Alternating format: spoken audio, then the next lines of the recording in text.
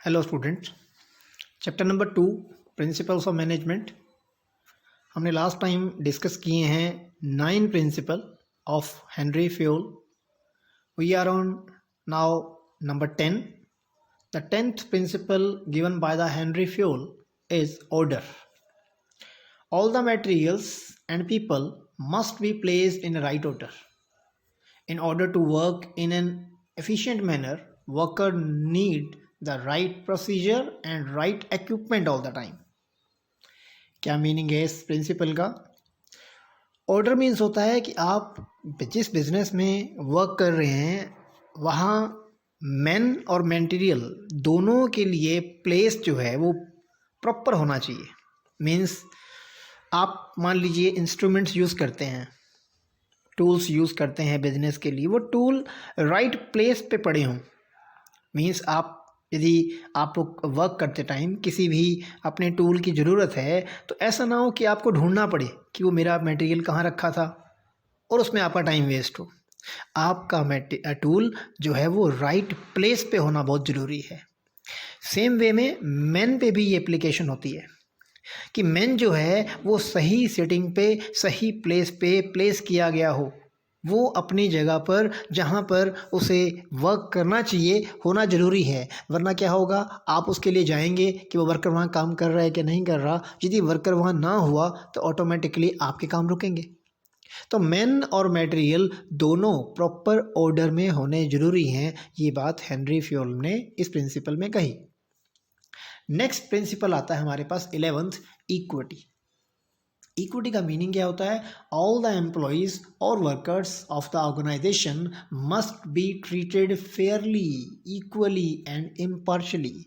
किसी के साथ कोई पार्शियलिटी ना हो, किसी को आप ज़्यादा प्रेफरेंस दे रहे हैं, किसी को आप कम प्रेफरेंस दे रहे हैं, ऐसा ना हो। वरना क्या होगा, वरना कहीं ना कहीं दूसरे एम्प्लॉय के मन में ये बात ज़रूर आएगी कि मेरे साथ अच्छा बिहेव नहीं होता, तो वो एम्प्लॉय आपके लिए सही से काम नहीं करेगा बिजनेस में।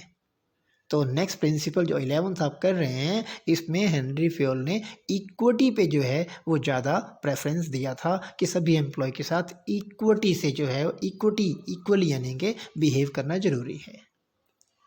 देन हम बात करें नेक्स्ट प्रिंसिपल की, तो नेक्स्ट प्रिंसिपल आता है 12th, stability of personal. The increase in employee turnover increases the cost of training and development, and it can act as a competitive advantage to the rival firm. अब ये meaning थोड़ा मैं पहले clear कर देता हूँ आपको, फिर आपको बात समझ में आ जाएगी। स्टेबिलिटी ऑफ पर्सनल का मीनिंग होता है कि जिस भी फर्म में एम्प्लॉयज़ काम कर रहे हैं, बिजनेसमैन को क्या करना चाहिए, मैनेजमेंट को क्या करना चाहिए, अपने एम्प्लॉयज़ को लॉन्ग टर्म तक अपने साथ रखे, बार बार चेंज ना करे। यदि किसी फर्म में बार बार एम्प्लॉयज़ चेंज होते हैं, 1 साल बाद 2 साल बाद एम्प्लॉय बदलते रहते हैं, तो ऑटोमेटिकली वहाँ क्या प्रॉब्लम आएगी? एक तो बार बार ट्रेनिंग देनी पड़ेगी, नया एम्प्लॉयज़ आएंगे, उन्हें ट्रेनिंग देनी पड़ेगी, उस पर एक्सपेंडिचर होगा, कॉस्ट इंक्रीज़ होगी।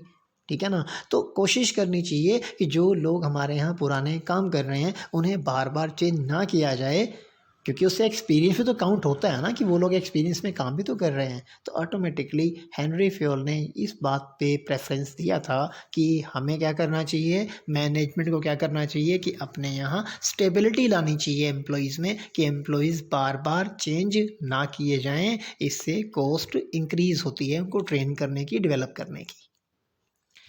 देन हम बात करें 13th प्रिंसिपल की, इसका मीनिंग था इनिशिएटिव। इनिशिएटिव का मीनिंग क्या होता है कि हम अपने एम्प्लॉयज़ को आगे लाएं, खुद भी आगे कदम रखें, स्टेप उठाएं और उनको भी मोटिवेट करें, इनिशिएट करें कि वो आगे आके काम को करें, खुशी खुशी काम को करें। That is called initiative. Management must encourage the worker or employee to take initiative in order to bring additional energy to the organization.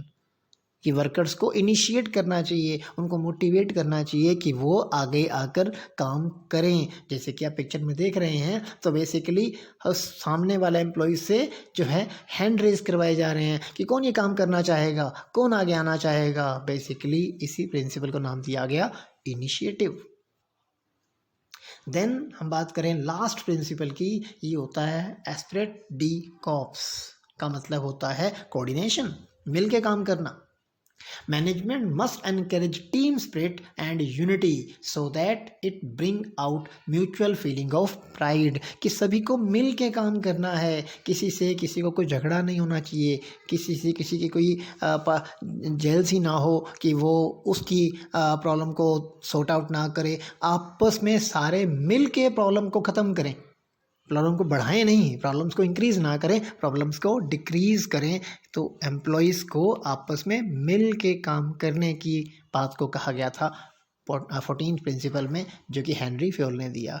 तो ये हैं टोटल प्रिंसिपल, आपके 14 प्रिंसिपल हैं, इन्हें आपने ध्यान से करना है। नेक्स्ट टाइम जो है इस पे कोई भी आपका डाउट है तो आप अपनी ऑनलाइन क्लास में ले सकते हैं।